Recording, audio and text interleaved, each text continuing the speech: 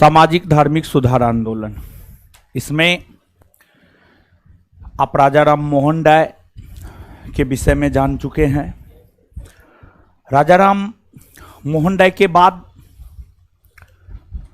और भी कई सारे समाज सुधारक हुए, जैसे स्वामी विवेकानंद, स्वामी दयानंद सरस्वती, ईश्वरचंद विद्यासागर, आत्माराम पांडुरंग और भी कई सारे हुए। राजा राम मोहन राय के बाद आगे हम लोग जानते हैं ईश्वरचंद विद्यासागर के विषय में। ईश्वरचंद विद्यासागर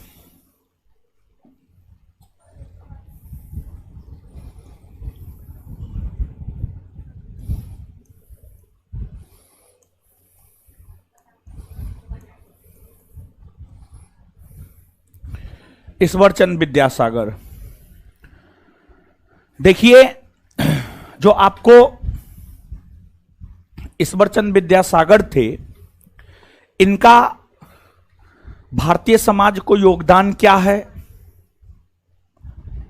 ईश्वरचंद विद्यासागर भी राजा राम मोहन राय की तरह बंगाल प्रेसिडेंसी से ही बिलोंग किया करते थे। ईश्वरचंद विद्यासागर राजा राम मोहन राय की तरह बंगाल प्रेसिडेंसी से बिलोंग किया करते थे। इनका जन्म वर्ष 1820 ईस्वी में बंगाल प्रेसिडेंसी में हुआ था।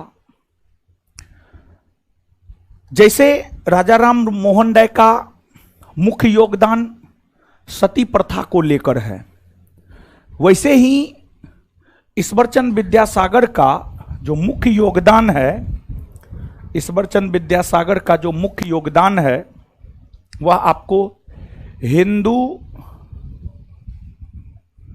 विधवा पुनर्विवाह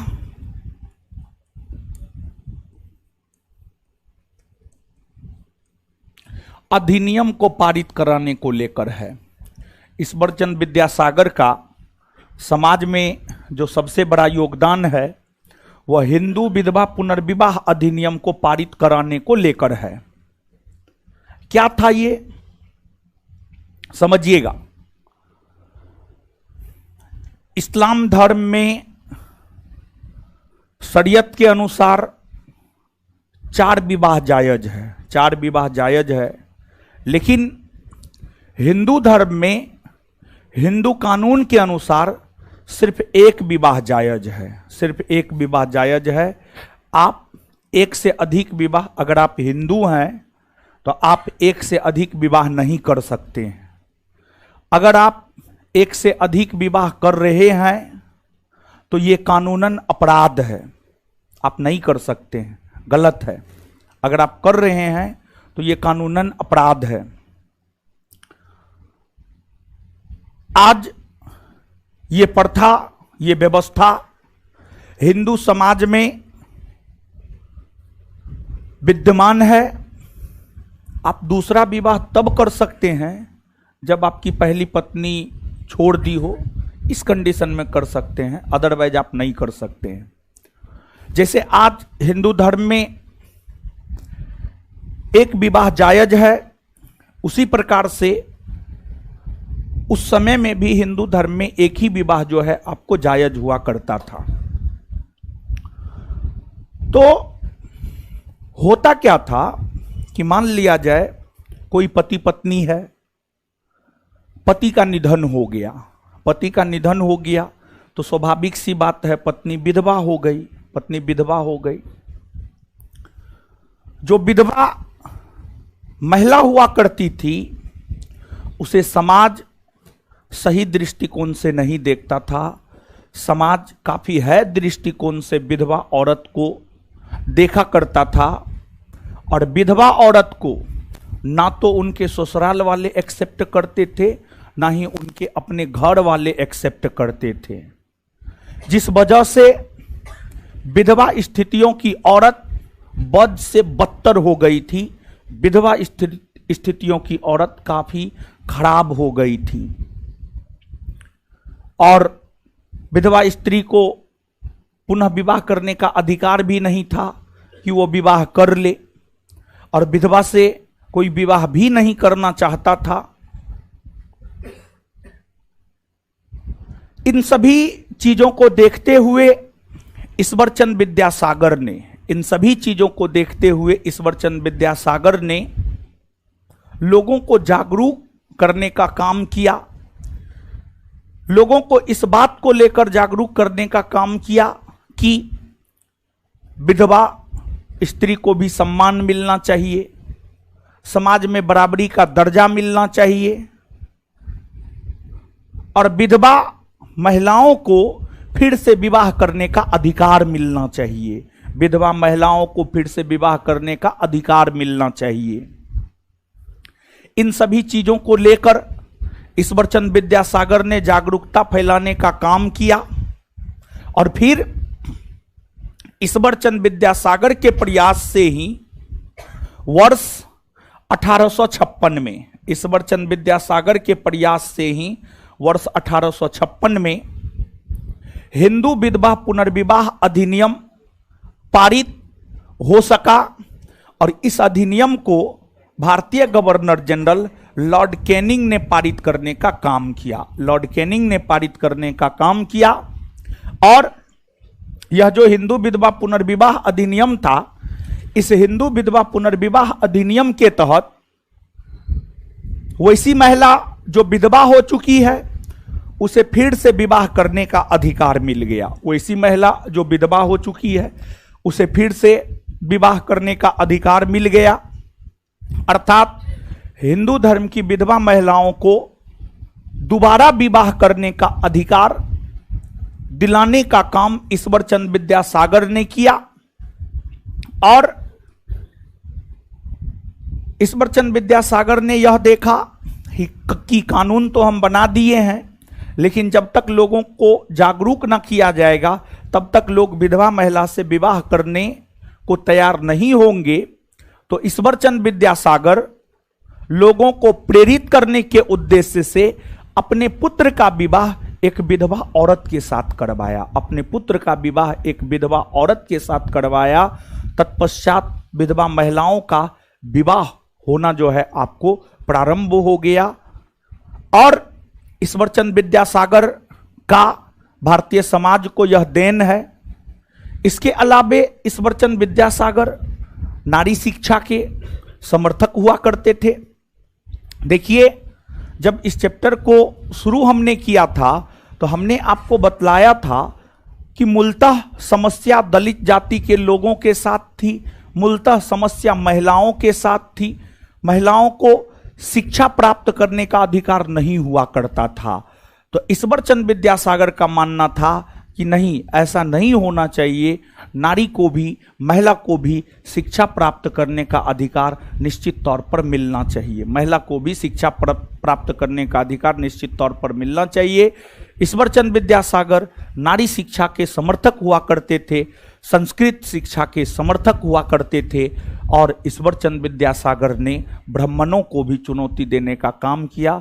जो पाखंडी ब्राह्मण हुआ करते थे, जो लोगों को दिग्भ्रमित करने का काम किया करते थे, उन पाखंडी ब्राह्मणों को ईश्वरचंद विद्यासागर ने चुनौती देने का काम किया।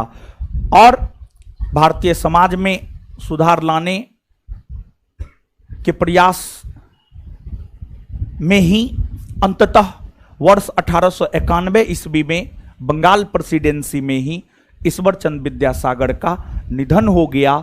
ईश्वरचंद विद्यासागर की एक पत्रिका है, आपको सोम प्रकाश के संपादक ईश्वरचंद विद्यासागर भी रहे हैं। और सोम प्रकाश बांग्ला भाषा में छपने वाला समाचार पत्र था। बांग्ला भाषा में जो सोम प्रकाश था, बांग्ला भाषा में छपने वाला समाचार पत्र था। और यह समाचार पत्र लोगों को काफी जागरूक करने का काम किया करता था, लोगों में राष्ट्रवाद का विकास कर रहा था। और इसीलिए विशेष तौर पर सोम प्रकाश नामक समाचार पत्र को प्रतिबंधित करने के लिए अंग्रेजी सरकार के द्वारा एक वर्नाक्यूलर प्रेस एक्ट 1878 ईस्वी में लाया गया था। और वर्नाक्यूलर प्रेस एक्ट 1878 के तहत सोम प्रकाश नामक समाचार पत्र को प्रतिबंधित कर दिया गया। सोम प्रकाश नामक समाचार पत्र को प्रतिबंधित कर दिया गया। इस समाचार पत्र के संपादक ईश्वर चंद विद्यासागर भी रहे हैं। विशेष तौर पर सोम प्रकाश नामक समाचार पत्र लोगों के बीच राष्ट्रवाद का विकास कर रहा था, लोगों के बीच इस बात का विकास कर रहा था कि हम लोग भारतीय हैं, अंग्रेज हम लोगों का शोषण कर रहा है, हम सभी भारतीयों को एक होकर के अंग्रेजों को भारत से बाहर करने को लेकर आंदोलन चलाना है। तो इस प्रकार की जागरूकता सोम प्रकाश नामक समाचार पत्र फैला रहा था।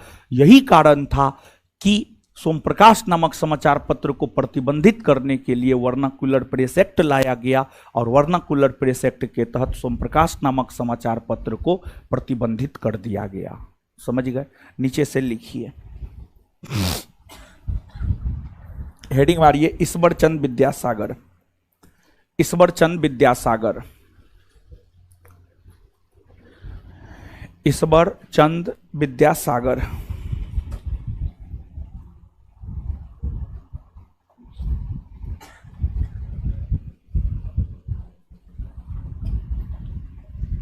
लिखिएगा,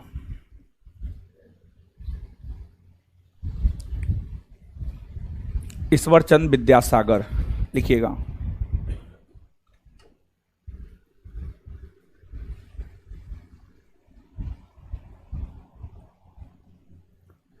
इनका जन्म बंगाल प्रेसिडेंसी में, इनका जन्म बंगाल प्रेसिडेंसी में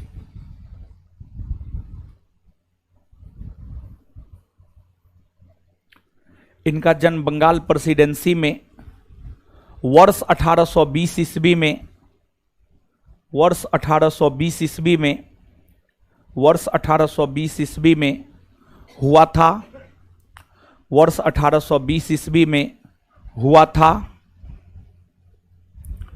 वर्ष 1820 ईस्वी में हुआ था, वर्ष 1820 ईस्वी में हुआ था।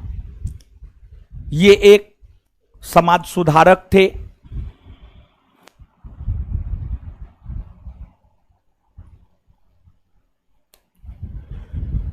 ये एक समाज सुधारक थे। ये एक समाज सुधारक थे। इन्होंने नारी शिक्षा, इन्होंने नारी शिक्षा और संस्कृत शिक्षा, इन्होंने नारी शिक्षा और संस्कृत शिक्षा, इन्होंने नारी शिक्षा और संस्कृत शिक्षा का समर्थन किया। इन्होंने नारी शिक्षा और संस्कृत शिक्षा का समर्थन किया। इन्होंने नारी शिक्षा और संस्कृत शिक्षा का समर्थन किया।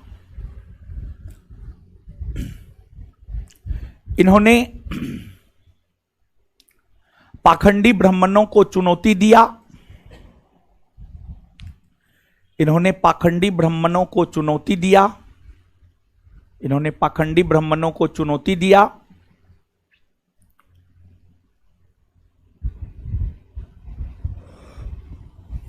Full stop.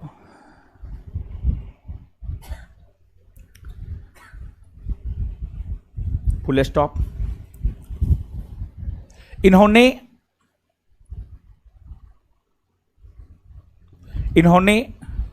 हिंदू धर्म की विधवा महिलाओं को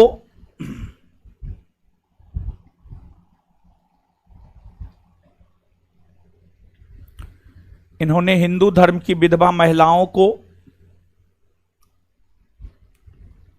इन्होंने हिंदू धर्म की विधवा महिलाओं को फिर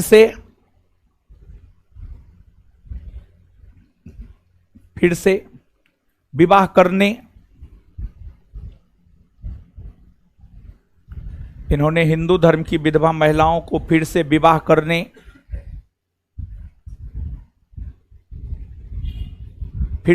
करने का अधिकार दिलाने को लेकर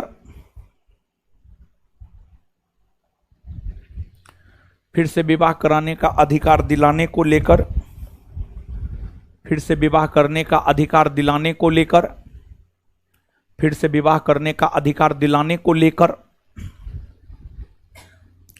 लेकर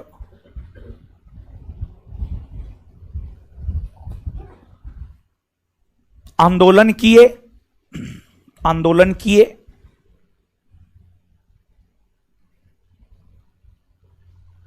इन्हीं के प्रयास से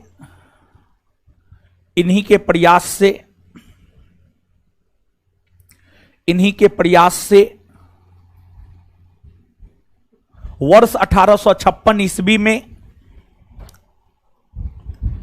इन्हीं के प्रयास से वर्ष 1856 ईस्वी में भारत के गवर्नर जनरल लॉर्ड कैनिंग ने, इन्हीं के प्रयास से वर्ष 1856 ईस्वी में, इन्हीं के प्रयास से वर्ष 1856 ईस्वी में भारत के गवर्नर जनरल लॉर्ड कैनिंग ने, भारत के गवर्नर जनरल लॉर्ड कैनिंग ने हिंदू विधवा पुनर्विवाह अधिनियम, हिंदू विधवा पुनर्विवाह अधिनियम, हिंदू विधवा पुनर्विवाह अधिनियम, हिंदू विधवा पुनर्विवाह अधिनियम, हिंदू विधवा पुनर्विवाह अधिनियम पारित किया, हिंदू विधवा पुनर्विवाह अधिनियम पारित किया, हिंदू विधवा पुनर्विवाह अधिनियम पारित किया, हिंदू विधवा पुनर्विवाह अधिनियम पारित किया, हिंदू विधवा पुनर्विवाह अधिनियम पारित किया। इस अधिनियम के तहत,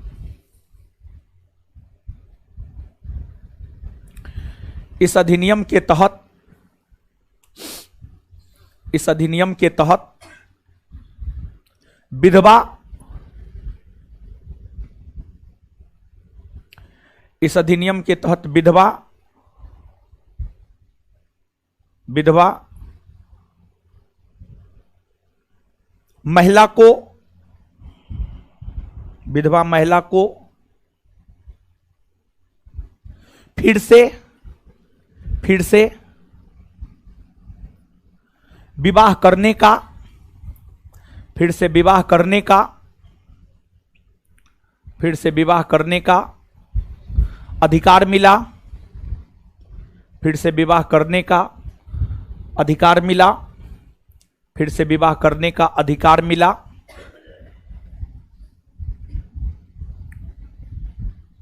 फुल स्टॉप। विधवा महिलाओं से, विधवा महिलाओं से, विधवा महिलाओं से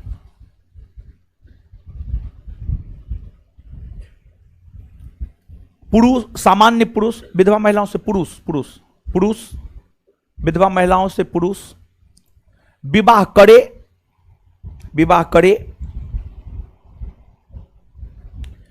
इसको लेकर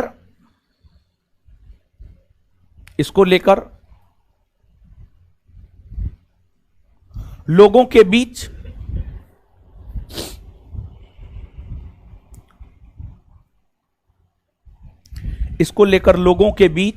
जागरूकता, इसको लेकर लोगों के बीच जागरूकता फैलाने के, लोगों के बीच जागरूकता फैलाने के, लोगों के बीच जागरूकता फैलाने के उद्देश्य से, लोगों के बीच जागरूकता फैलाने के उद्देश्य से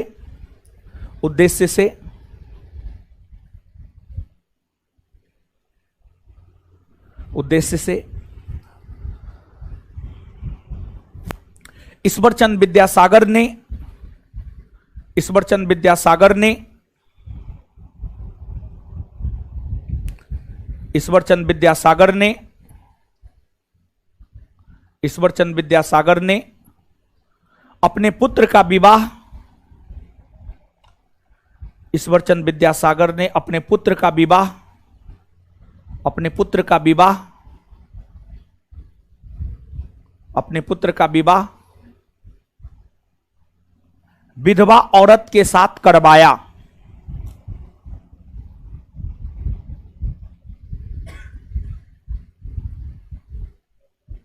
फुल स्टॉप। विधवा औरत के साथ करवाया। Full stop. Full stop. Ishwarchand Vidyasagar बाल विवाह प्रथा को लेकर भी, ईश्वरचंद विद्यासागर बाल विवाह प्रथा को लेकर भी, ईश्वरचंद विद्यासागर बाल विवाह प्रथा को लेकर भी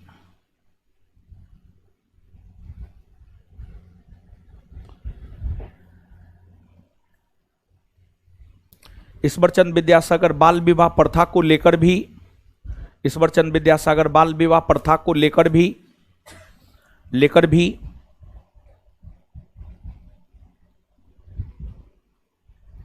आवाज बुलंद किए। आवाज बुलंद किए।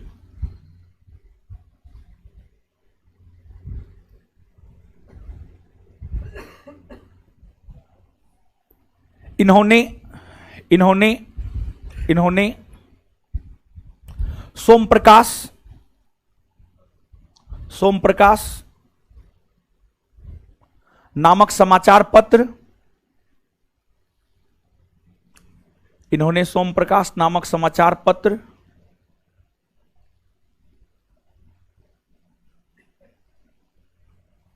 इन्होंने सोम प्रकाश नामक समाचार पत्र भी निकाला।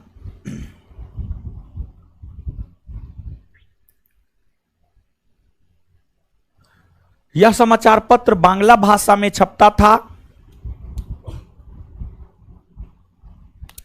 यह समाचार पत्र बांग्ला भाषा में छपता था। यह समाचार पत्र बांग्ला भाषा में छपता था। Full stop. यह समाचार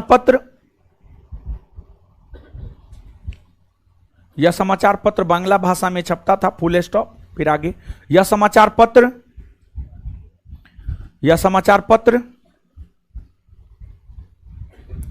लोगों के बीच,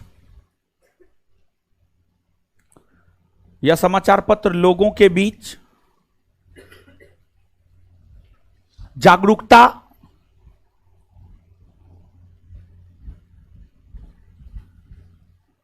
और देश प्रेम की भावना का विकास कर रहा था। लोगों के बीच जागरूकता और देश प्रेम की भावना का विकास कर रहा था।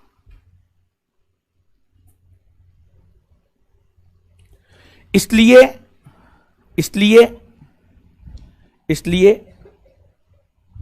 वर्ष 1878 ईस्वी में, इसलिए वर्ष 1878 ईस्वी में 1878 वर्ष 1878 ईस्वी में वर्नाक्यूलर प्रेस एक्ट पारित कर, वर्ष 1878 ईस्वी में वर्नाक्यूलर प्रेस एक्ट पारित कर, वर्नाक्यूलर प्रेस एक्ट पारित कर, वर्नाक्यूलर प्रेस एक्ट पारित कर सोम प्रकाश नामक समाचार पत्र को प्रतिबंधित कर दिया गया। वर्नाक्यूलर प्रेस एक्ट पारित कर सोम प्रकाश नामक समाचार पत्र को प्रतिबंधित कर दिया गया। वर्नाक्यूलर प्रेस एक्ट पारित कर सोम प्रकाश नामक समाचार पत्र को प्रतिबंधित कर दिया गया। वर्नाक्यूलर प्रेस एक्ट पारित कर सोम प्रकाश नामक समाचार पत्र को प्रतिबंधित कर दिया गया। वर्नाक्यूलर प्रेस एक्ट पारित कर सोम प्रकाश नामक समाचार पत्र को प्रतिबंधित कर दिया गया। सोम प्रकाश नामक समाचार पत्र को प्रतिबंधित कर दिया गया। प्रतिबंधित कर दिया गया। प्रतिबंधित कर दिया गया। सोम प्रकाश नामक समाचार पत्र को प्रतिबंधित कर दिया गया। प्रतिबंधित कर दिया गया। Full stop. Full stop. चलिए, उसी में ईश्वरचंद विद्यासागर का निधन वर्ष 1891 ईस्वी में हो गया। ईश्वरचंद विद्यासागर का निधन वर्ष 1891 ईस्वी में हो गया। ईश्वरचंद विद्यासागर का निधन वर्ष 1891 ईस्वी में हो गया। ईश्वरचंद विद्यासागर का निधन वर्ष 1891 ईस्वी में हो गया।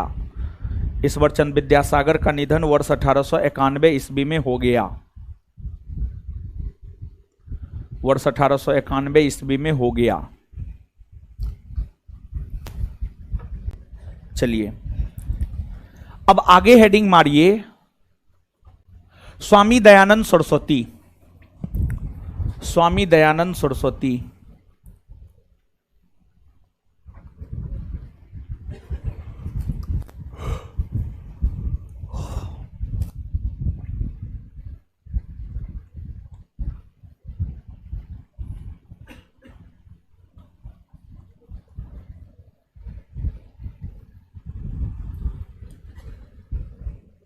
स्वामी दयानंद सरस्वती।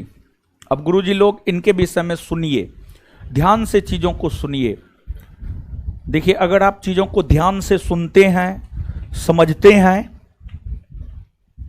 तो आपको याद तुरंत हो जाता है। और अगर आप चीजों को ध्यान से सुनते नहीं हैं, समझते नहीं हैं, तो चीज आपको जल्दी याद नहीं होता है। तो इसलिए जिस प्रकार आप शारीरिक रूप से यहां है, मानसिक और वैचारिक रूप से भी आप यहीं रहे, आपका दिमाग भी यहीं रहे। तो सुनिए, अब स्वामी दयानंद सरस्वती आधुनिक काल में समाज सुधारकों में एक महान समाज सुधारक स्वामी दयानंद सरस्वती हुए। स्वामी दयानंद सरस्वती के बचपन का नाम मूल शंकर हुआ करता था। इनके बचपन का नाम हुआ करता था मूल शंकर। इनके बचपन का नाम मूल शंकर हुआ करता था।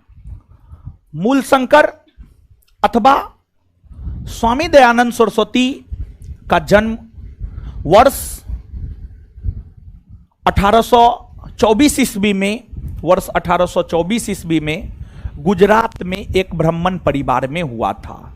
गुजरात में एक ब्राह्मण परिवार में स्वामी दयानंद सरस्वती का वर्ष 1824 ईस्वी में जन्म हुआ था। इनके बचपन का नाम मूल शंकर था। बचपन से ही तेज और कुशाग्र बुद्धि के स्वामी दयानंद सरस्वती हुआ करते थे। कहा जाता है ज्ञान प्राप्ति के उद्देश्य को लेकर स्वामी दयानंद सरस्वती मात्र 21 वर्ष की अवस्था में अपने गृह का त्याग कर दिए, घर छोड़ दिए। 21 वर्ष की अवस्था में स्वामी दयानंद सरस्वती अपने गृह का परित्याग कर दिए और ज्ञान प्राप्त करने को लेकर अलग अलग विद्वानों के पास जाया करते थे। उसी क्रम में स्वामी दयानंद सरस्वती की मुलाकात स्वामी पूर्णानंद से हुई। स्वामी दयानंद सरस्वती की मुलाकात स्वामी बिरजानंद से हुई। स्वामी पूर्णानंद, स्वामी बिरजानंद, ये सभी स्वामी दयानंद सरस्वती के गुरु हुआ करते थे। स्वामी दयानंद सरस्वती के गुरु हुआ करते थे। इन गुरुओं में जो स्वामी पूर्णानंद थे, स्वामी पूर्णानंद मूल शंकर को स्वामी दयानंद सरस्वती का नाम दिया है। स्वामी दयानंद सरस्वती को जो स्वामी दयानंद सरस्वती का नाम दिया गया है, वह आपको स्वामी पूर्णानंद के द्वारा दिया गया है। स्वामी पूर्णानंद के द्वारा दिया गया है। और अगर स्वामी दयानंद सरस्वती को हम देखें, वेद ऋग्वेद, यजुर्वेद, सामवेद, अथर्ववेद, वेद के बहुत बड़े ज्ञाता थे। वेद के प्रकांड विद्वान स्वामी दयानंद सरस्वती हुआ करते थे। वेद के प्रकांड विद्वान स्वामी दयानंद सरस्वती हुआ करते थे। और स्वामी दयानंद सरस्वती ने अपनी शिक्षा का आधार, स्वामी दयानंद सरस्वती ने अपनी शिक्षा का आधार बनाया किसे? तो इन्होंने अपनी शिक्षा का आधार बनाया वेद को। और वेद के आधार पर ही लोगों को जागरूक करने का काम स्वामी दयानंद सरस्वती ने किया था। और आधुनिक काल के ये प्रथम समाज सुधारक हुए। आधुनिक काल के ये प्रथम समाज सुधारक हुए जिन्होंने स्त्रियों को वेद पढ़ने की अनुमति दी, स्त्रियों को शिक्षा ग्रहण करने की अनुमति दी, तथा स्त्री ही नहीं बल्कि शूद्र को, शूद्र जाति के लोग को, मतलब निम्न जाति के लोग को, मतलब दलित जाति के लोग को वेद पढ़ने की अनुमति दी, दलित जाति के लोग को शिक्षा ग्रहण करने की अनुमति दी, दलित जाति के लोग को शिक्षा ग्रहण करने की अनुमति दी। तो स्त्री और शूद्र को वेद पढ़ने की अनुमति देकर, स्त्री और शूद्र को शिक्षा ग्रहण करने का अनुमति देकर स्वामी दयानंद सरस्वती ने समाज के ऊपर काफी गहरा प्रभाव छोड़ने का काम किया। समाज के ऊपर काफी गहरा प्रभाव छोड़ने का काम आपको स्वामी दयानंद सरस्वती ने किया। और देखिए, इन्होंने वेद को आधार बनाया। वेद हिंदू धर्म का धर्म ग्रंथ है, तो इससे यह पता चलता है कि विशेष तौर पर हिंदू धर्म में फैली कुरीतियां, हिंदू धर्म में फैली बुराइयों को दूर करने को लेकर स्वामी दयानंद सरस्वती ने प्रयास किया, जिस कारण इन्हें हिंदू लूथर भी कहा जाता है, जिस कारण इन्हें हिंदू लूथर कहा जाता है, हिंदू लूथर कहा जाता है। और जो स्वामी दयानंद सरस्वती है, वेद को लोग आसान भाषा में समझ सके। वेद तो संस्कृत भाषा में न लिखा हुआ है, संस्कृत समझ में आता है नहीं आता है, तो वेद को लोग आसानी से समझ सके, इसको लेकर उन्होंने वेद भाष्य नामक साहित्य की रचना की है। वेद भाष्य भूमिका नामक साहित्य की रचना की है। वेद भाष्य हो गया, वेद भाष्य भूमिका नामक साहित्य हो गया। ये सभी साहित्य स्वामी दयानंद सरस्वती ने इसलिए लिखा ताकि लोगों को आसानी से वेद समझ में आ सके, ताकि लोगों को आसानी से वेद समझ में आ सके। और फिर स्वामी दयानंद सरस्वती अपनी विचारधारा को प्रचारित और प्रसारित करने के लिए सत्यार्थ प्रकाश स्वामी दयानंद सरस्वती की रचना है। सत्यार्थ प्रकाश नामक पुस्तक की रचना स्वामी दयानंद सरस्वती ने इसलिए की ताकि वो अपनी विचारधारा को प्रचारित और प्रसारित कर सके, वो अपनी विचारधारा को प्रचारित और प्रसारित कर सके।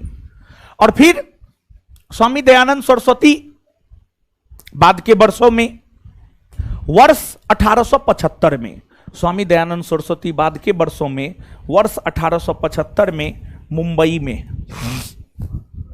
वर्ष 1875 में मुंबई में स्वामी दयानंद सरस्वती ने एक संगठन की स्थापना की है। उस संगठन को कहा जाता है आर्य समाज। उस संगठन को आर्य समाज कहा जाता है। आखिरकार आर्य समाज की स्थापना स्वामी दयानंद सरस्वती ने क्यों की? देखिए, अगर आप लोगों के बीच जागरूकता फैलाना चाहते हैं, लोगों को शिक्षित करना चाहते हैं, तो आपको निश्चित तौर पर कोई ना कोई संगठन के जरिए लोगों को आप एकजुट कर सकते हैं।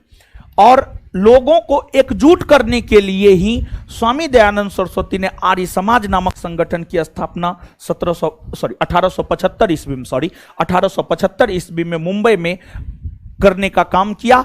और आर्य समाज का मुख्यालय जो है आपको लाहौर हुआ करता था। आर्य समाज का मुख्यालय लाहौर हुआ करता था।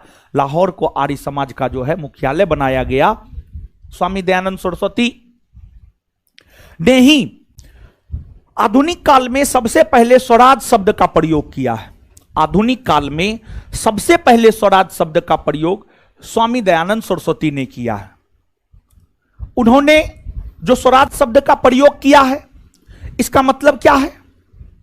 स्वामी दयानंद सरस्वती ने जो स्वराज शब्द का प्रयोग किया है, स्वामी दयानंद सरस्वती ने जो स्वराज शब्द का प्रयोग किया है, इसका मतलब क्या है? इसका मतलब यह है कि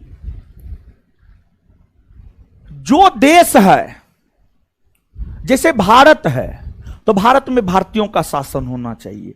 अमेरिका है तो अमेरिका में अमेरिकी का शासन होना चाहिए। ब्रिटेन है, ब्रिटेन में ब्रिटेन वासियों का शासन होना चाहिए। यह नहीं कि देश भारत है वहां पर शासन ब्रिटेन कर रहा है, नहीं। देश अमेरिका है वहां पर शासन ब्रिटेन कर रहा है, नहीं। तो स्वामी दयानंद सरस्वती का यह मानना था कि जो देश है वहां पर शासन उस देश के नागरिक का ही होना चाहिए। अगर भारत है तो भारत में शासन भारतीयों का होना चाहिए। अगर अमेरिका है तो अमेरिका में शासन अमेरिकी वासियों का होना चाहिए। अमेरिका में शासन अमेरिकी वासियों का होना चाहिए।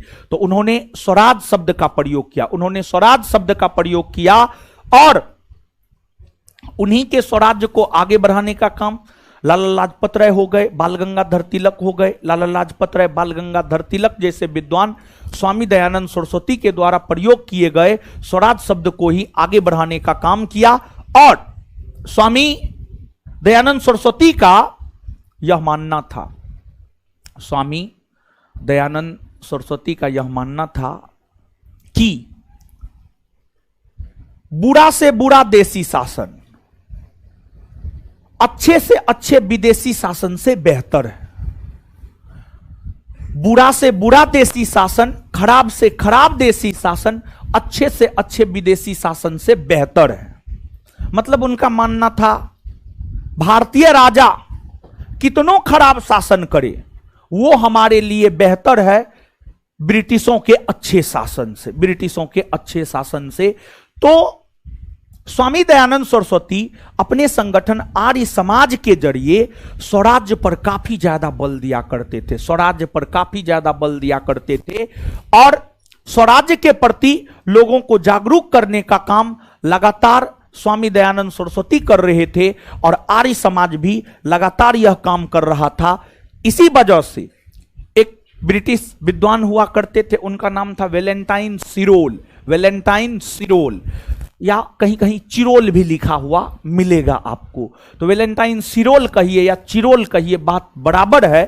तो जो वेलेंटाइन सिरोल थे, वेलेंटाइन सिरोल की अगर आप बात करेंगे तो वेलेंटाइन सिरोल ने जो है आर्य समाज नामक संगठन को भारतीय अशांति का जनक कहा, भारतीय अशांति का जनक कहा। और आर्य समाज नामक संगठन को वेलेंटाइन सिरोल ने भारतीय अशांति का जनक इसलिए कहा क्योंकि आर्य समाज ने स्वराज्य के ऊपर काफी ज्यादा बल दिया, आर्य समाज ने स्वराज्य के ऊपर काफी ज्यादा बल दिया। और यही वेलेंटाइन सिरोल ने बाल गंगाधर तिलक को भी भारतीय अशांति का जनक कहा क्योंकि बाल गंगाधर तिलक भी स्वराज्य पर बल दिया करते थे। और बाल गंगाधर तिलक का ही स्टेटमेंट है, स्वराज्य हमारा जन्मसिद्ध अधिकार है और हम इसे लेकर रहेंगे, हम इसे लेकर रहेंगे। ये बाल गंगाधर तिलक का स्टेटमेंट है। उनके इस स्टेटमेंट से कहीं ना कहीं इस बात का आभास होता है कि बाल गंगाधर तिलक भी स्वराज्य पर काफी ज्यादा बल दिया करते थे, बाल गंगाधर तिलक भी स्वराज्य पर काफी ज्यादा बल दिया करते थे। इसके बाद आपको, इसके बाद आगे स्वामी दयानंद सरस्वती ने नारा दिया है वेदों की ओर लौटो। फिर स्वामी दयानंद सरस्वती ने ही नारा दिया है भारत भारतीयों के लिए, भारत भारतीयों के लिए। यह भी नारा स्वामी दयानंद सरस्वती ने ही दिया है। और जिस प्रकार स्वराज शब्द का प्रयोग सर्वप्रथम स्वामी दयानंद सरस्वती ने किया, उसी प्रकार हिंदी को राष्ट्रभाषा के रूप में अपनाया जाए, हिंदी को राष्ट्रभाषा के रूप में अपनाया जाए, इसकी भी वकालत सबसे पहले स्वामी दयानंद सरस्वती ने ही किया। लेकिन हिंदी को राष्ट्रभाषा के रूप में अपनाया नहीं गया। राष्ट्रभाषा का मतलब पूरे देश के लिए एक भाषा, राष्ट्रभाषा, राष्ट्रभाषा का मतलब होता है पूरे देश के लिए एक भाषा। क्या ऐसा भारत में है? नहीं है। पूरे देश के लिए एक भाषा नहीं है, पूरे देश के लिए एक भाषा नहीं है। और हिंदी हमारी राष्ट्रभाषा नहीं है, हिंदी हमारी राष्ट्रभाषा नहीं है, बल्कि हिंदी हमारी राजभाषा है, राजभाषा है। राजभाषा मतलब कामकाज करने की भाषा। देखिए, राष्ट्रभाषा, राष्ट्रभाषा मतलब पूरे देश की एक भाषा, राजभाषा मतलब कामकाज करने की भाषा, कामकाज करने की भाषा। तो हिंदी की अगर आप बात करेंगे तो क्या हिंदी भारत की राष्ट्रभाषा है? एकदम नहीं, हिंदी भारत की राष्ट्रभाषा नहीं है। क्योंकि दक्षिण भारत जाइए आप, दक्षिण भारत में आप हिंदी बोलिए, लोग नहीं समझेगा, एकदम नहीं समझेगा लोग।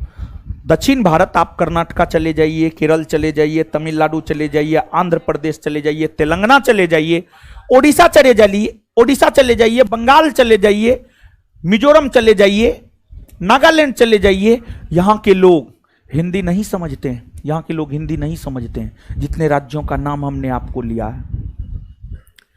तो जो हिंदी है, हिंदी राष्ट्रभाषा नहीं है बल्कि हिंदी राजभाषा है। लेकिन स्वामी दयानंद सरस्वती ने सर्वप्रथम यह विचार प्रकट किया कि हिंदी को राष्ट्रभाषा बनाया जाना चाहिए, हिंदी को राष्ट्रभाषा बनाया जाना चाहिए।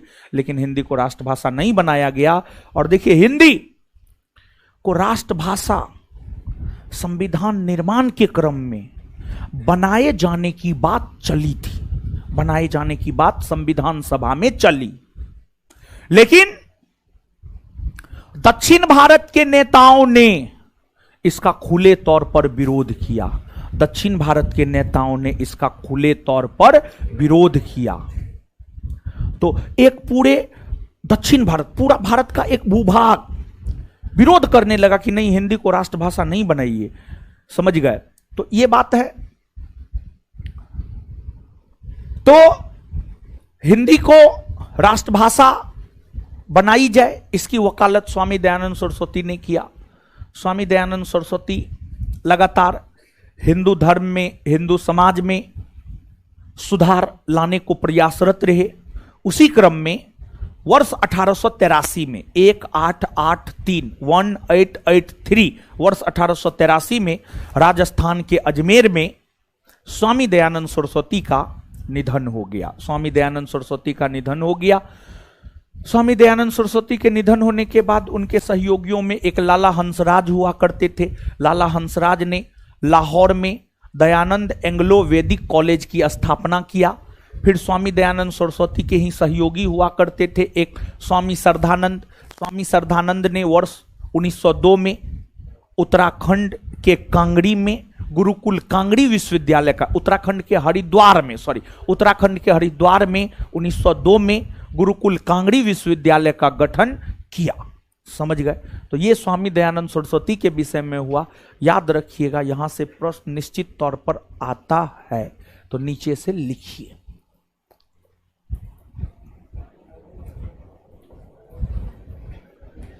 क्या मारे हेडिंग? स्वामी दयानंद सरस्वती, डैश देकर लिखिएगा। इनके बचपन का नाम मूल शंकर था।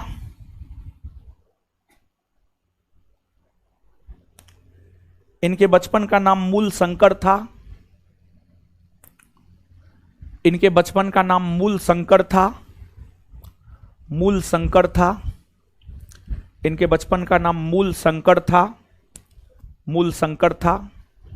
इनका जन्म वर्ष 1824 ईस्वी में गुजरात में,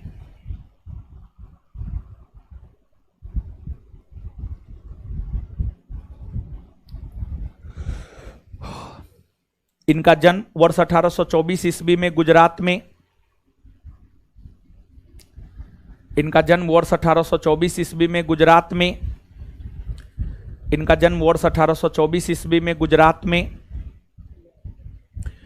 इनका जन्म वर्ष 1824 ईस्वी में गुजरात में, इनका जन्म वर्ष 1824 ईस्वी में गुजरात में एक ब्राह्मण परिवार में, गुजरात में एक ब्राह्मण परिवार में हुआ था।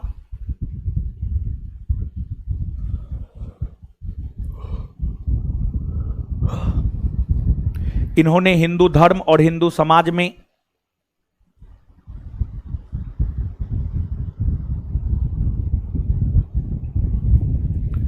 इन्होंने हिंदू धर्म और हिंदू समाज में इन्होंने हिंदू धर्म और हिंदू समाज में सुधार लाने हेतु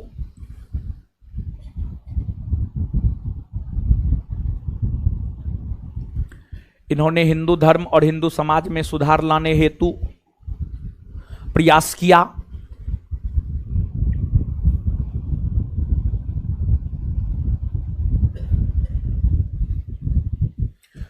जिस कारण इन्हें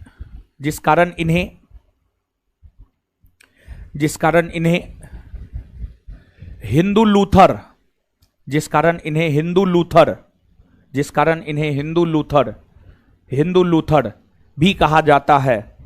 हिंदू लूथर भी कहा जाता है।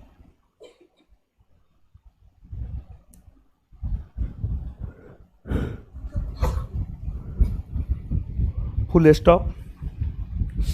मूल शंकर मात्र 21 वर्ष की अवस्था में, मूल शंकर मात्र 21 वर्ष की अवस्था में, मूल शंकर मात्र 21 वर्ष की अवस्था में अपने गृह का, मूल शंकर मात्र 21 वर्ष की अवस्था में अपने गृह का परित्याग कर दिए, अपने गृह का परित्याग कर दिए।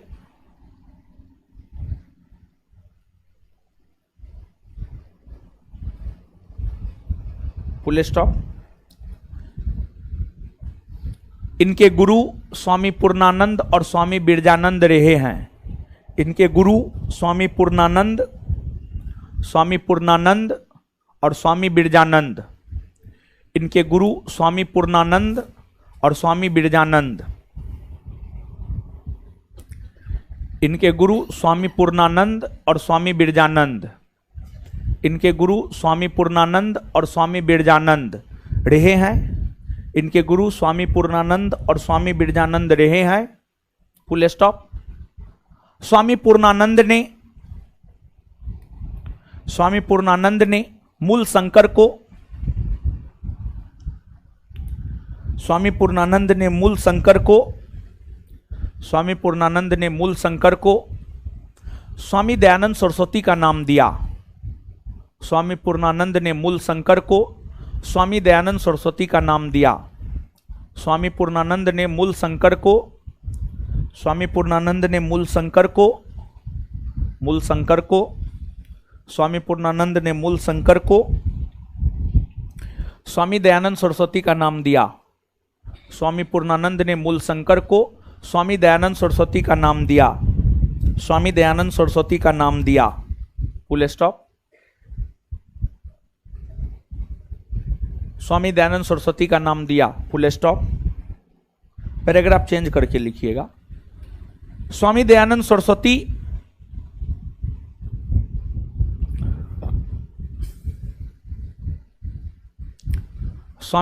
सरस्वती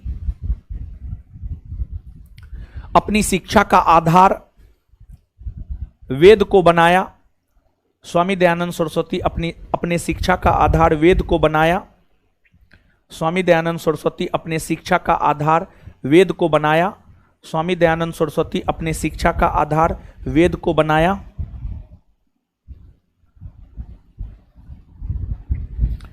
स्वामी दयानंद सरस्वती अपने शिक्षा का आधार वेद को बनाया। स्वामी दयानंद सरस्वती अपने शिक्षा का आधार वेद को बनाया। उन्होंने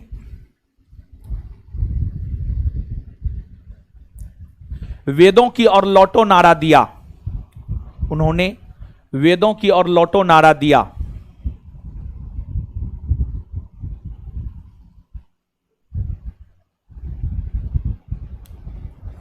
उन्होंने वेदों की ओर लौटो नारा दिया।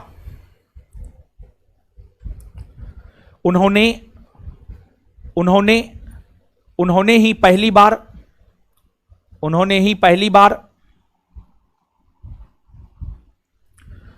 ही पहली बार स्वराज शब्द का प्रयोग किया। उन्होंने ही पहली बार स्वराज शब्द का प्रयोग किया। उन्होंने ही पहली बार स्वराज शब्द का प्रयोग किया। उन्होंने ही पहली बार स्वराज शब्द का प्रयोग किया। उन्होंने ही पहली बार स्वराज शब्द का प्रयोग किया। उन्होंने ही पहली बार स्वराज शब्द का प्रयोग किया। उन्होंने ही पहली बार स्वराज शब्द का प्रयोग किया। स्वराज शब्द का प्रयोग किया। स्वराज शब्द का प्रयोग किया। उनका मानना था कि उनका मानना था कि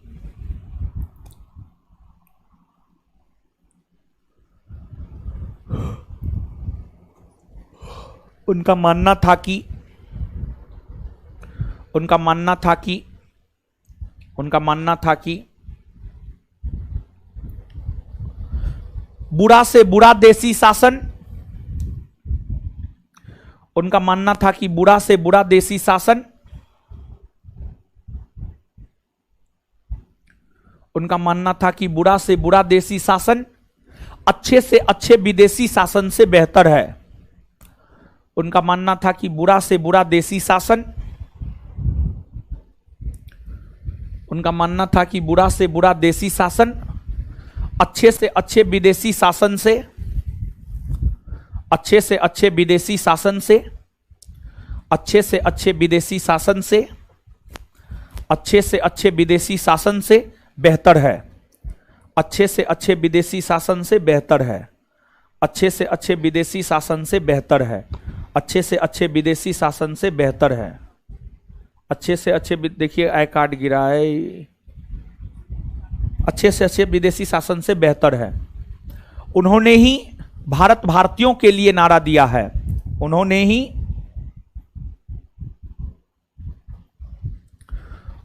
ही भारत भारतीयों के लिए नारा दिया है। उन्होंने ही भारत भारतीयों के लिए नारा दिया है। उन्होंने ही भारत भारतीयों के लिए नारा दिया है। उन्होंने ही भारत भारतीयों के लिए नारा दिया है। Full stop.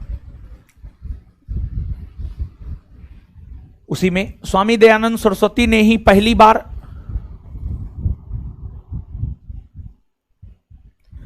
स्वामी दयानंद सरस्वती ने ही पहली बार स्वामी दयानंद सरस्वती ने ही पहली बार हिंदी को राष्ट्रभाषा के रूप में अपनाने की वकालत की। हिंदी को राष्ट्रभाषा के रूप में अपनाने की वकालत की। हिंदी को राष्ट्रभाषा के रूप में अपनाने की वकालत की।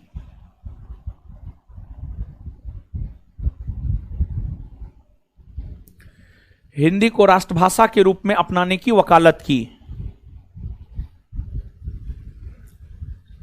इन्होंने ही सर्वप्रथम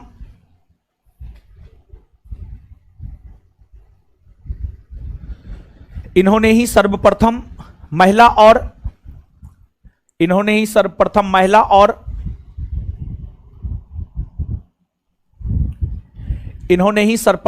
और शूद्र जाति के लोगों को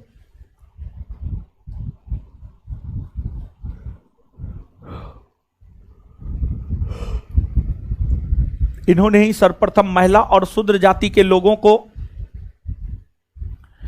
इन्होंने ही सर्वप्रथम महिला और शूद्र जाति के लोगों को इन्होंने ही सर्वप्रथम महिला और शूद्र जाति के लोगों को इन्होंने ही सर्वप्रथम महिला और शूद्र जाति के लोगों को इन्होंने ही सर्वप्रथम महिला और शूद्र जाति के लोगों को इन्होंने ही सर्वप्रथम महिला और शूद्र जाति के लोगों को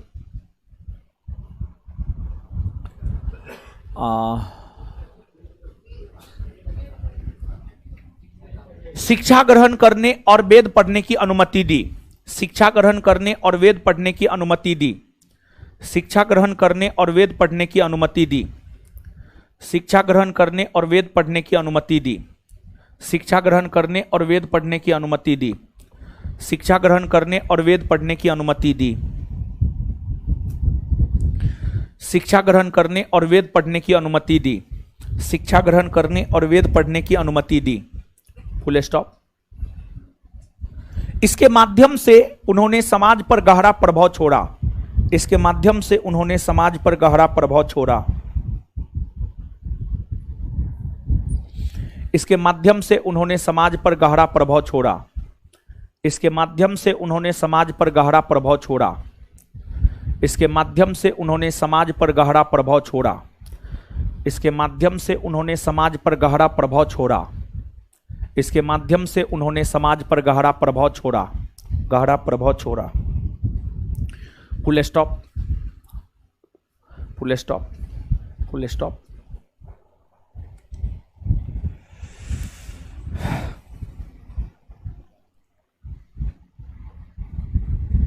पैराग्राफ चेंज करके लिखिएगा पुनः। स्वामी दयानंद सरस्वती ने वर्ष 1875 ईस्वी में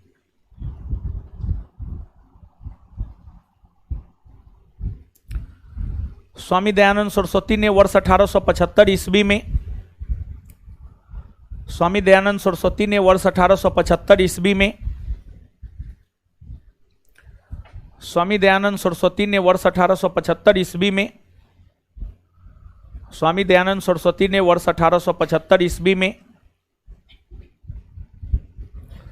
वर्ष 1875 ईस्वी में, स्वामी दयानंद सरस्वती ने वर्ष 1875 ईस्वी में मुंबई में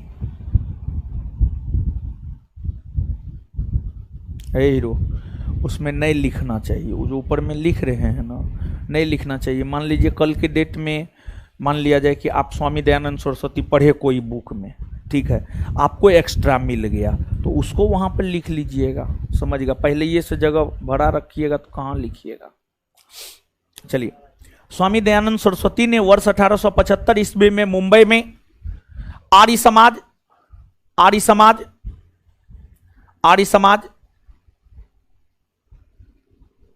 नामक संगठन की स्थापना किया। आर्य समाज नामक संगठन की स्थापना किया।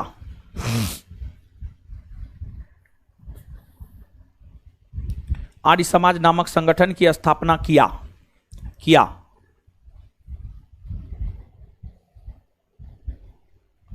इस संगठन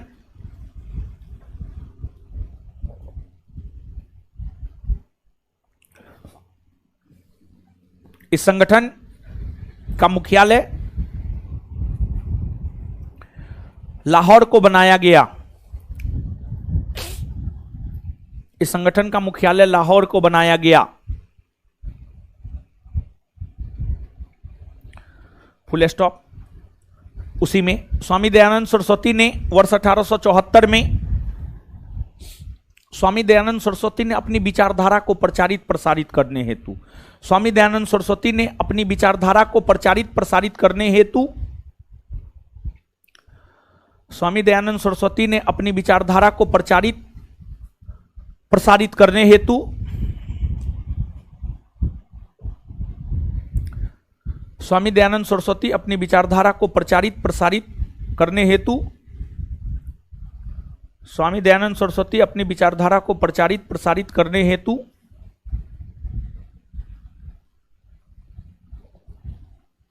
स्वामी दयानंद सरस्वती अपनी विचारधारा को प्रचारित प्रसारित करने हेतु स्वामी दयानंद सरस्वती अपनी विचारधारा को प्रचारित प्रसारित करने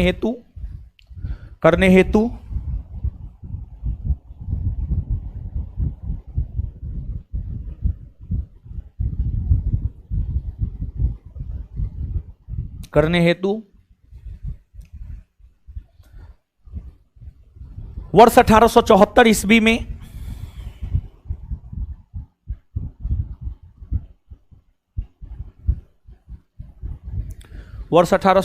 ईस्वी में सत्यार्थ प्रकाश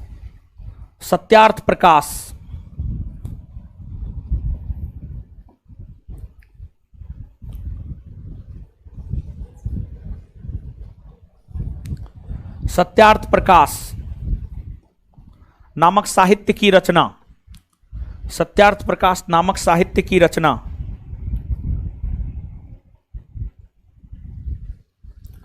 सत्यार्थ प्रकाश नामक साहित्य की रचना। सत्यार्थ प्रकाश नामक साहित्य की रचना। सत्यार्थ प्रकाश नामक साहित्य की रचना किया है।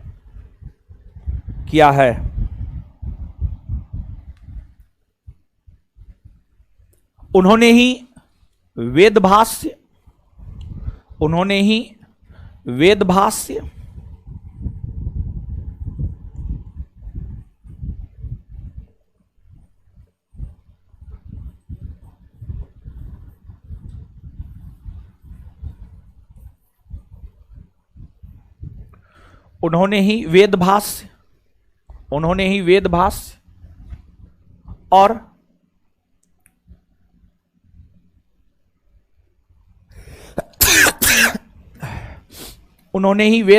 और वेद भाष्य भूमिका नामक साहित्य की रचना की है। उन्होंने ही वेद भाष्य और वेद भाष्य भूमिका नामक साहित्य की रचना की है। उन्होंने ही वेद भाष्य और वेद भाष्य भूमिका नामक साहित्य की रचना की है। Full stop. स्वामी दयानंद सरस्वती का निधन, स्वामी दयानंद सरस्वती का निधन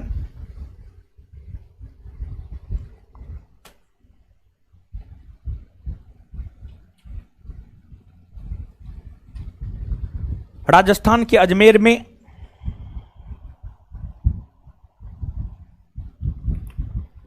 स्वामी दयानंद सरस्वती का निधन राजस्थान के अजमेर में वर्ष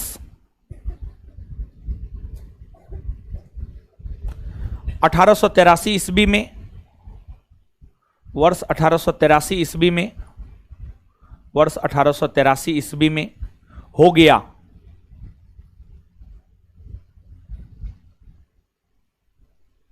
हो गया, फुल स्टॉप।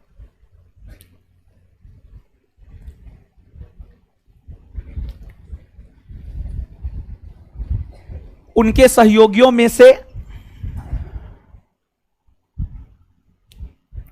उनके सहयोगियों में से लाला हंसराज ने, उनके सहयोगियों में से लाला हंसराज ने वर्ष 1886 ईस्वी में, उनके सहयोगियों में से लाला हंसराज ने, उनके सहयोगियों में से लाला हंसराज ने, लाला हंसराज ने, उनके सहयोगियों में से लाला हंसराज ने वर्ष 1886 ईस्वी में, लाला हंसराज ने वर्ष 1886 ईस्वी में, वर्ष 1886 ईस्वी में लाहौर में, लाहौर में,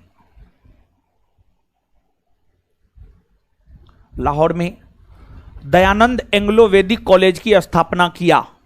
लाहौर में दयानंद एंग्लो वैदिक कॉलेज की स्थापना किया। लाहौर में दयानंद एंग्लो वैदिक कॉलेज की स्थापना किया।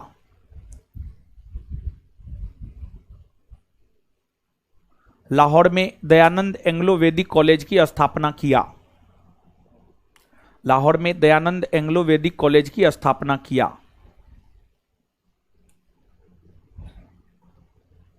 Full stop.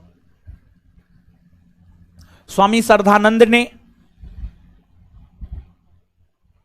स्वामी श्रद्धानंद ने, स्वामी श्रद्धानंद ने,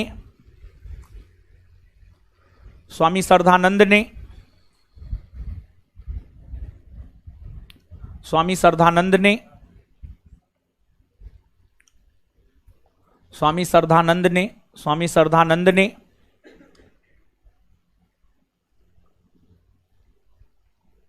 स्वामी श्रद्धानंद ने उत्तराखंड के हरिद्वार में 1902 ईस्वी में, उत्तराखंड के हरिद्वार में, उत्तराखंड के हरिद्वार में 1902 ईस्वी में गुरुकुल कांगड़ी विश्वविद्यालय का निर्माण किया। गुरुकुल कांगड़ी विश्वविद्यालय का निर्माण किया। गुरुकुल कांगड़ी विश्वविद्यालय का निर्माण किया।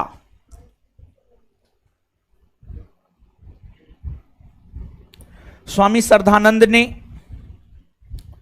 स्वामी श्रद्धानंद ने उत्तराखंड के हरिद्वार में, स्वामी श्रद्धानंद ने उत्तराखंड के हरिद्वार में 1902 ईस्वी में गुरुकुल कांगड़ी विश्वविद्यालय का निर्माण किया। गुरुकुल कांगड़ी विश्वविद्यालय का निर्माण किया। गुरुकुल कांगड़ी विश्वविद्यालय का निर्माण किया। वाह, चलिए, यह स्वामी दयानंद सरस्वती के विषय में हुआ। इसके बाद अब आगे पढ़ना है हम लोगों को स्वामी विवेकानंद के विषय में। तो आगे अब आप हेडिंग मारिए स्वामी विवेकानंद।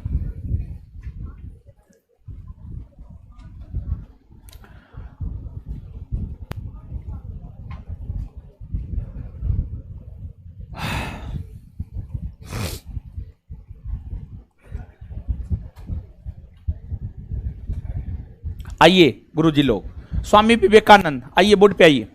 स्वामी विवेकानंद, देखिए स्वामी विवेकानंद, स्वामी विवेकानंद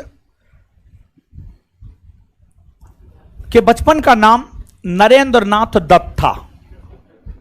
और जो नरेंद्रनाथ दत्त, जो कि स्वामी विवेकानंद के बचपन का नाम था, उनका जन्म 12 जनवरी 1863 ईस्वी को 12 जनवरी 1863 ईस्वी को बंगाल प्रेसिडेंसी में स्वामी विवेकानंद अर्थात नरेंद्रनाथ दत्त का जन्म हुआ। उनके पिता विश्वनाथ दत्त थे, उनकी माता भुवनेश्वरी देवी थी। और जो नरेंद्रनाथ दत्त थे, उनके गुरु रामकृष्ण परमहंस थे। रामकृष्ण परमहंस को इतिहास में गदाधर चट्टोपाध्याय के नाम से भी जाना जाता है। और रामकृष्ण परमहंस कलकत्ता में काली मंदिर के पुजारी हुआ करते थे। रामकृष्ण परमहंस की पत्नी शारदा मणि थी। रामकृष्ण परमहंस की पत्नी शारदा मणि थी। रामकृष्ण परमहंस जो कि कलकत्ता में काली मंदिर के पुजारी हुआ करते थे, वे मानवतावादी विचारधारा के थे। मानवतावादी विचारधारा उस विचारधारा को कहा जाता है जिस विचारधारा में सबसे ऊपर मानव को रखा जाता है। सबसे ऊपर मानव को रखा जाता है। सबसे ऊपर मानव को रखा जाता है। और मानव सेवा को ही ईश्वर सेवा माना जाता है। मानव सेवा को ही ईश्वर की पूजा माना जाता है। यानी वैसी विचारधारा जिसमें सब कुछ मानव है, सब कुछ मानव है, उसी को मानवतावादी विचारधारा कहा जाता है। और जो रामकृष्ण परमहंस थे, वे मानवतावादी विचारधारा के थे। और उन्हीं के शिष्य स्वामी विवेकानंद थे। तो रामकृष्ण परमहंस की विचारधारा का प्रभाव स्वामी विवेकानंद पर पड़ा। स्वामी विवेकानंद पर पड़ा। तो गुरु का प्रभाव तो शिष्य पर पड़ता ही पड़ता है, निश्चित तौर पर पड़ता है। आंशिक तौर पर ही पड़े, लेकिन पड़ता जरूर है। तो स्वामी विवेकानंद पर रामकृष्ण परमहंस का काफी प्रभाव पड़ा था। और रामकृष्ण परमहंस के कारण ही स्वामी विवेकानंद मानवतावादी विचारधारा से ओतप्रोत हो पाए। और स्वामी विवेकानंद भी मानव सेवा को ही सबसे बड़ी सेवा माना करते थे। स्वामी विवेकानंद भी मानव सेवा को ही सबसे बड़ी सेवा माना करते थे। उनका जो स्लोगन है, उनके स्लोगन को अगर आप पढ़ेंगे तो उससे आपको पता चलेगा कि मानवतावादी विचारधारा को ही वो सर्वोपरि मानते थे। उनका एक स्लोगन है कि अगर भारत देश में अगर कोई भूखा है,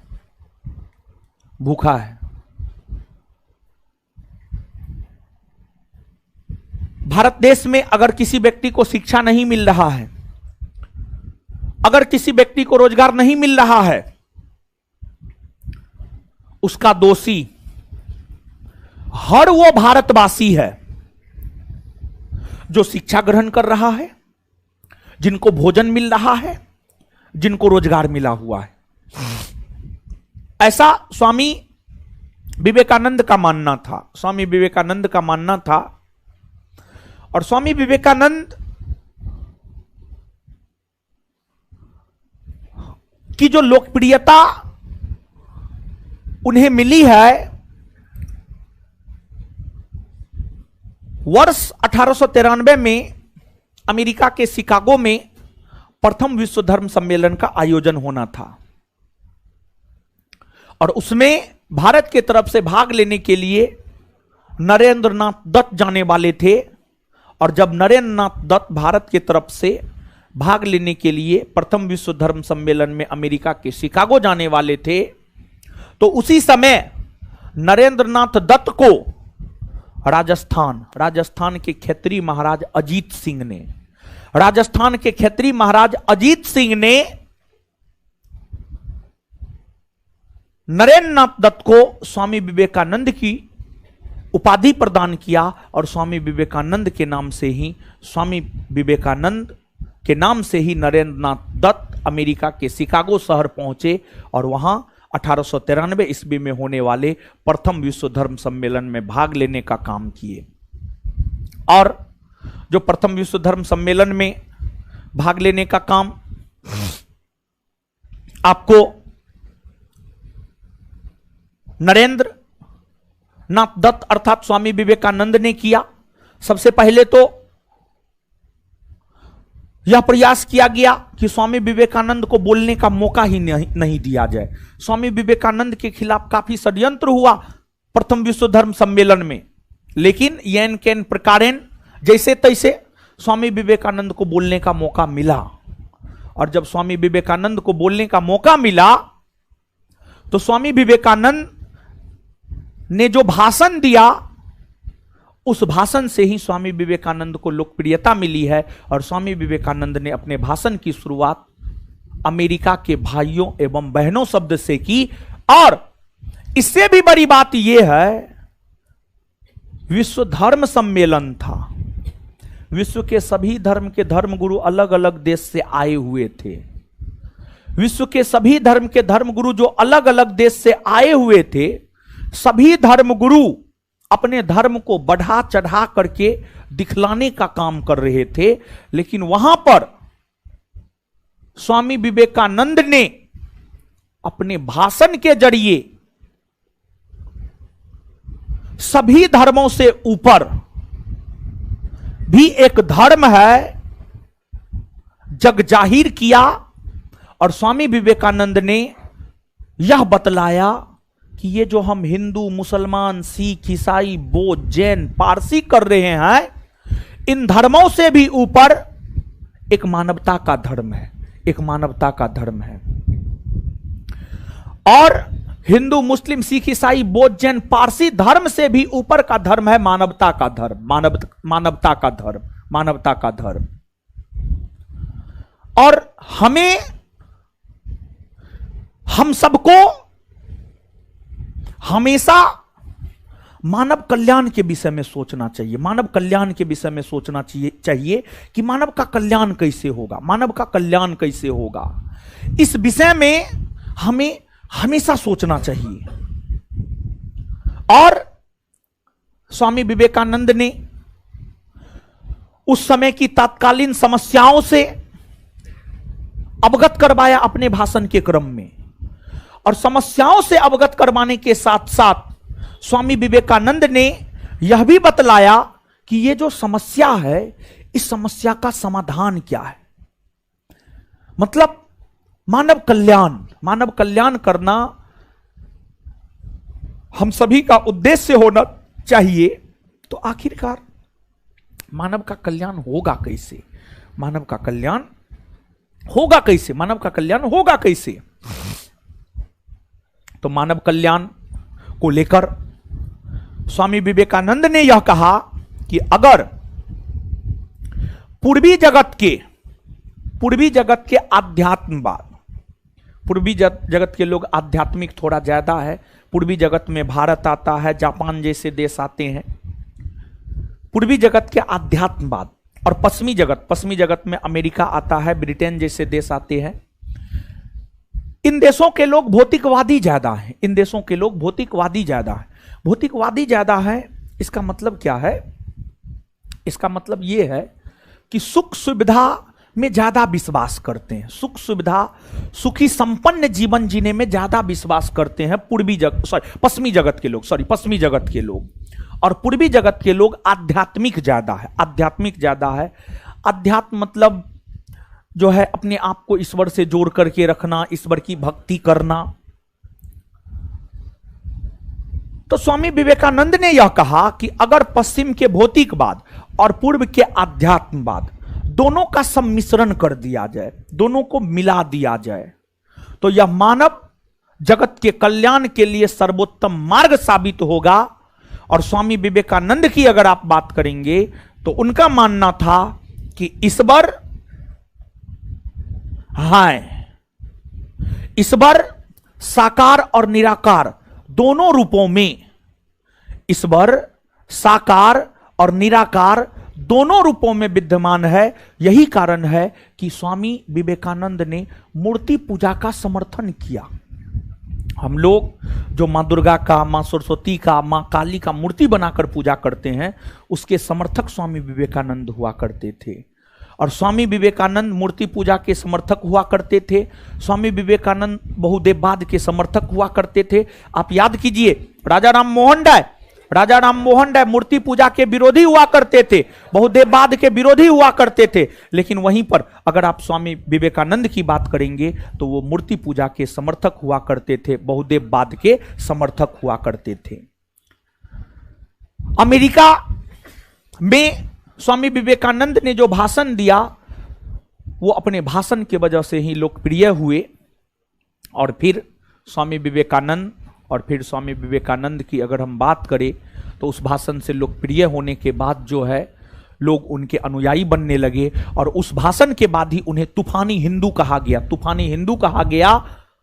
पहले लोग सोच रहे थे भारत 1893 ईस्वी में ब्रिटेन का गुलाम था, गुलाम देश के नागरिकों का सोच गुलाम जैसा होगा। लेकिन स्वामी विवेकानंद के विचार से विश्व के सभी लोग काफी प्रभावित हुए और उन्हें भ्रमण करने वाला हिंदू या उन्हें तूफानी हिंदू भी कहा जाता, भ्रमण करने वाला हिंदू या उन्हें तूफानी हिंदू भी कहा जाता है।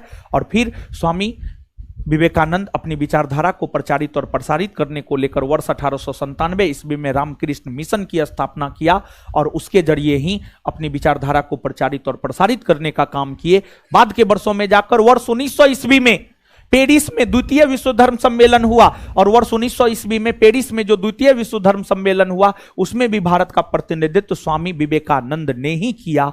और फिर कालांतर में जाकर 4 जुलाई 1902 को 4 जुलाई 1902 को स्वामी विवेकानंद का कलकत्ता के बेलूर मठ में निधन हो गया। कलकत्ता के बेलूर मठ में जो है स्वामी विवेकानंद का निधन हो गया। और विवेकानंद की एक मूर्ति तमिलनाडु में है जिसे विवेकानंद रॉक के नाम से जाना जाता है, जिसे विवेकानंद रॉक के नाम से जाना जाता है। हाल फिलहाल में विवेकानंद रॉक काफी चर्चा में रहा था। काफी चर्चा में इसलिए रहा कि राहुल गांधी भारत जोड़ो यात्रा किए थे। तो भारत जोड़ो यात्रा की शुरुआत वे तमिलनाडु राज्य से ही किए थे, कन्याकुमारी से किए थे। भारत जोड़ो यात्रा की शुरुआत वे तमिलनाडु राज्य से किए थे। तो स्मृति ईरानी जो है सवाल खड़ा की थी कि राहुल गांधी जब तमिलनाडु से भारत जोड़ो यात्रा की शुरुआत किए और भारत जोड़ने की बात राहुल गांधी करते हैं तो तमिलनाडु में विवेकानंद जी का मूर्ति है उसका भी दर्शन कर लेते, उसका दर्शन नहीं किए, ऐसा आरोप जो है स्मृति ईरानी लगाई थी। लेकिन सच ये नहीं था, सच इससे अलग था। राहुल गांधी भारत जोड़ो यात्रा के क्रम में विवेकानंद रॉक का यात्रा किए थे, समझ गए। तो ये चीज है, तो चर्चा में रहा है। हो सकता है पूछा जा सकता है कि विवेकानंद रॉक कहाँ है, तो तमिलनाडु राज्य में, तमिलनाडु राज्य में, समझ गए। तो नीचे से लिखिए अब स्वामी विवेकानंद लिखिएगा।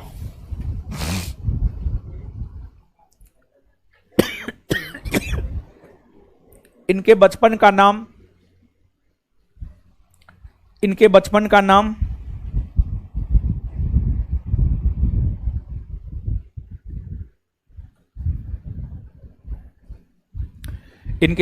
नाम नरेंद्रनाथ दत्त, नरेंद्रनाथ दत्त। इनके बचपन का नाम नरेंद्रनाथ दत्त।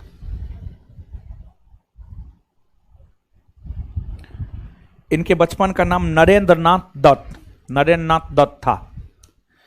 इनके बचपन का नाम नरेंद्रनाथ दत्त था। इनका जन्म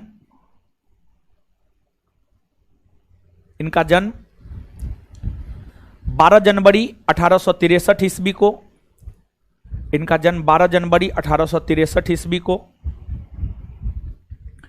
इनका जन्म 12 जनवरी 1863 ईस्वी को कलकत्ता प्रेसिडेंसी में, कलकत्ता प्रेसिडेंसी मत लिखिए, कलकत्ता में हुआ था।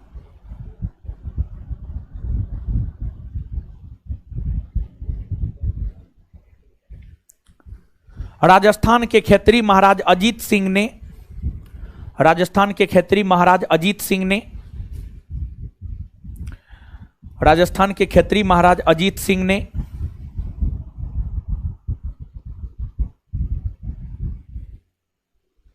राजस्थान के खेतरी महाराज अजीत सिंह ने नरेंद्र नाथ दत्त को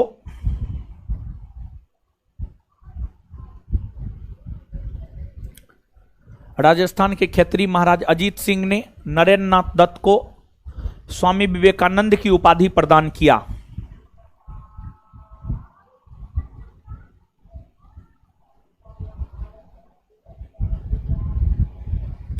स्वामी विवेकानंद की उपाधि प्रदान की।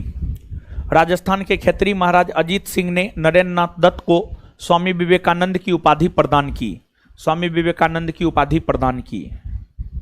इनके पिता विश्वनाथ दत्त,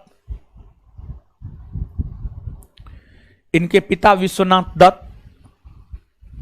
विश्वनाथ दत्त और माता भुवनेश्वरी देवी, इनके पिता विश्वनाथ दत्त और माता भुवनेश्वरी देवी थी।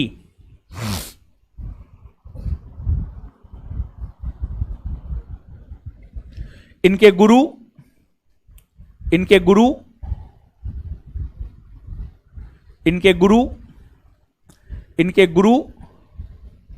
रामकृष्ण परमहंस थे। इनके गुरु रामकृष्ण परमहंस थे। इनके गुरु रामकृष्ण परमहंस थे। Full stop. रामकृष्ण परमहंस को गदाधर चट्टोपाध्याय के नाम से भी जाना जाता है। रामकृष्ण परमहंस को गदाधर चट्टोपाध्याय के नाम से भी जाना जाता है। रामकृष्ण परमहंस को गदाधर चट्टोपाध्याय के नाम से भी जाना जाता है। रामकृष्ण परमहंस को गदाधर चट्टोपाध्याय के नाम से भी जाना जाता है। रामकृष्ण परमहंस को गदाधर चट्टोपाध्याय के नाम से भी जाना जाता है। Full stop. रामकृष्ण परमहंस को गदाधर चट्टोपाध्याय के नाम से भी जाना जाता है। रामकृष्ण परमहंस को गदाधर चट्टोपाध्याय के नाम से भी जाना जाता है। इनकी पत्नी, एक मिनट, रामकृष्ण परमहंस की पत्नी शारदामणि थी। रामकृष्ण परमहंस की पत्नी शारदामणि थी। रामकृष्ण परमहंस की पत्नी शारदामणि थी। रामकृष्ण परमहंस की पत्नी शारदामणि थी। रामकृष्ण परमहंस की पत्नी शारदामणि थी। शारदामणि थी। रामकृष्ण परमहंस की पत्नी शारदामणि थी। Full stop. Full stop.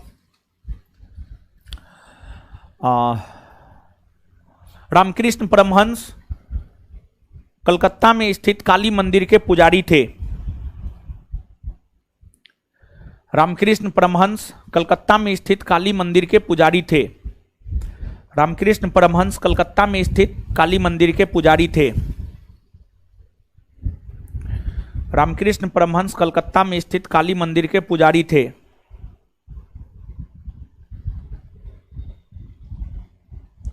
चलिए इससे आगे अगले क्लास में लिखा देंगे। थोड़ा बहुत स्वामी विवेकानंद के विषय में और बताना भी है। दीजिए याद करते हैं अब।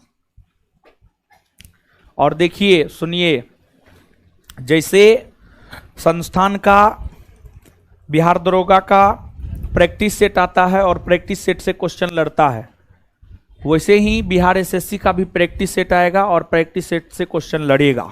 समझ गए? इस प्रकार से उस पर काम कर रहे हैं। समझ गए? काम हो रहा है। बहुत जल्दी प्रैक्टिस सेट आपके हाथों में होगा। 10 से 15 दिन हमको लगता है और लगेगा। देखिए क्या होता है। ठीक है, पढ़िए आप लोग मन से। आपको जो पढ़ाया जाएगा ना, परीक्षा में रिकॉर्ड रहा है। समझ गए? जो आपको पढ़ाया जाएगा वहां से प्रश्न आएगा। समझ गए? तो बस हम यही कहेंगे कि जो पढ़ाया जाता है उसको अच्छे से गेन कीजिए, उसको पचाइए। समझिए? उसको पचाइए और कुछ नहीं करना है। मैथ हो, रीजनिंग हो, जीएस हो। मैथ रीजनिंग में हम देखे हैं पिछले बार जो बिहार एसएससी का परीक्षा हुआ है काफ़ी बेहतर रहा है। सर जो पढ़ाए हैं एकदम वहाँ से प्रश्न आया है, मैथ रीजनिंग वाले सर। और इसलिए अच्छे से चीज़ों को आप लोग कीजिए। चलिए बताइए, ईश्वरचंद विद्यासागर का जन्म कब हुआ है? 1820। 1820। ईश्वरचंद विद्यासागर का जन्म कब हुआ? 1820। किसके प्रयास से लॉर्ड कैनिंग ने हिंदू विधवा पुनर्विवाह अधिनियम पारित किया? ईश्वरचंद विद्यासागर। किसके प्रयास से लॉर्ड कैनिंग ने हिंदू विधवा पुनर्विवाह अधिनियम पारित? ईश्वरचंद विद्यासागर। और हिंदू विधवा पुनर्विवाह अधिनियम पारित कब हुआ? 1856। हिंदू विधवा पुनर्विवाह अधिनियम पारित कब हुआ? 1800। सोम प्रकाश किसका समाचार पत्र था? ईश्वरचंद विद्यासागर। सोम प्रकाश किसका समाचार पत्र था? सोम प्रकाश समाचार पत्र को प्रतिबंधित करने के लिए 1878 ईस्वी में कौन सा एक्ट आया? Vernacular press act. Vernacular press act. Som Prakash नामक समाचार पत्र को प्रतिबंधित करने के लिए कौन सा समाचार पत्र, कौन सा एक्ट आया? Vernacular press act. आगे, स्वामी दयानंद सरस्वती के बचपन का नाम क्या था? मूल शंकर। स्वामी दयानंद सरस्वती के बचपन का नाम मूल शंकर। हिंदू लूथर किसे कहा जाता है? स्वामी दयानंद सरस्वती। हिंदू लूथर किसे कहा जाता है? स्वामी दयानंद सरस्वती। हिंदू लूथर किसे कहा जाता है? स्वामी दयानंद सरस्वती को। स्वामी पूर्णानंद और स्वामी बिरजानंद स्वामी दयानंद सरस्वती के गुरु थे। तो स्वामी दयानंद सरस्वती गुरु कौन थे जी? स्वामी पूर्णानंद और स्वामी बिरजानंद। स्वामी पूर्णानंद और स्वामी बिरजानंद। तो स्वामी दयानंद सरस्वती गुरु कौन थे? स्वामी पूर्णानंद ने मूल शंकर को स्वामी दयानंद सरस्वती का नाम दिया। मूल शंकर को स्वामी दयानंद सरस्वती का नाम किसने दिया? किसने दिया है? स्वामी दयानंद सरस्वती ने अपनी शिक्षा का आधार वेद को बनाया। स्वामी दयानंद सरस्वती ने अपनी शिक्षा का आधार किसे बनाया? किसे बनाया? वेदों की और लोटो नारा किसने दिया? स्वराज शब्द का प्रयोग किसने किया? बुरा से बुरा देशी शासन अच्छे से अच्छे विदेशी शासन से बेहतर है किसने कहा? स्वामी दयानंद सरस्वती। हिंदी को राष्ट्रभाषा के रूप में अपनाने की वकालत सर्वप्रथम किसने की? सर्वप्रथम महिला और शूद्र जाति के लोगों को शिक्षा ग्रहण कर और वेद पढ़ने की अनुमति किसने दी? स्वामी दयानंद सरस्वती ने। स्वामी दयानंद सरस्वती ने आर्य समाज की स्थापना कब की? 1875। 1875।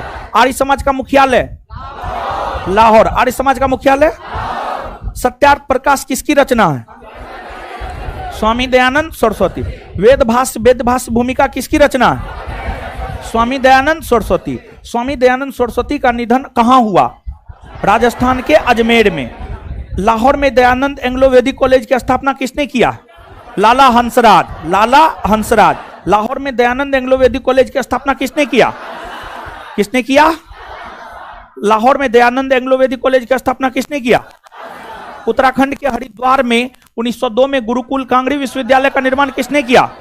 स्वामी श्रद्धानंद। उत्तराखंड के हरिद्वार में 1902 में गुरुकुल कांगड़ी विश्वविद्यालय का निर्माण किसने किया? स्वामी श्रद्धानंद। स्वामी विवेकानंद के बचपन का नाम? नरेंद्र नाथ दत्त। स्वामी विवेकानंद का जन्म कब हुआ है? 12 जनवरी 1863। स्वामी विवेकानंद को स्वामी विवेकानंद नाम किसने दिया है? राजस्थान के क्षेत्रीय महाराज अजीत सिंह। राजस्थान के क्षेत्रीय महाराज अजीत सिंह। आगे बतलाइएगा, इनके पिता का नाम क्या था? विश्वनाथ दत्त। माता का नाम भुवनेश्वरी देवी। इनके गुरु कौन थे? रामकृष्ण परमहंस। रामकृष्ण परमहंस को और किस नाम से जाना जाता है? गदाधर चट्टोपाध्याय। रामकृष्ण परमहंस की पत्नी कौन थी? शारदामणि। कौन थी? शारदामणि। ठीक है, चलिए इससे आगे जो है जनवरी फरवरी का हम दिए थे आपको याद करने के लिए, और टेलीग्राम चैनल पर मार्च और अप्रैल भी अपलोड हो गया होगा। मार्च और अप्रैल भी हो गया होगा, एकदम हो गया होगा। मार्च अप्रैल हो गया है। तो अगला होमवर्क है मार्च अप्रैल जनवरी फरवरी में पूछ रहे हैं। हीरो खड़ा हुई, हाँ बताइए, केंद्रीय उत्पाद व शुल्क दिवस कब मनाया जाता है?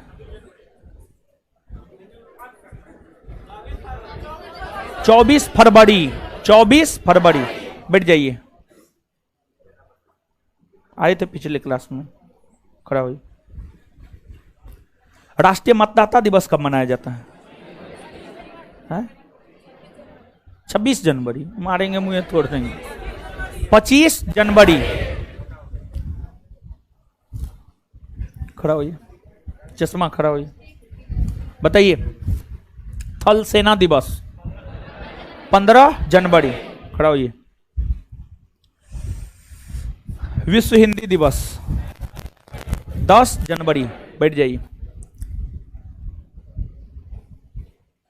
बताइए। राष्ट्रीय विज्ञान दिवस 28 फरवरी, व्हाइट ड्रेस करो।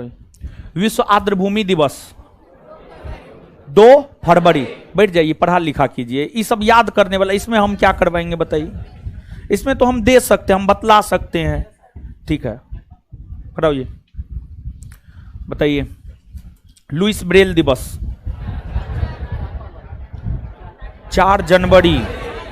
पढ़ा लिखा कीजिए महाराज, देख रहे हैं कितना 10 गो जनवरी में होगा, 7 गो 8 गो फरवरी में होगा, मैक्सिमम होगा 20 गो होगा, उससे ज्यादा नहीं होगा। खड़ा होइए। बताइए। हाँ,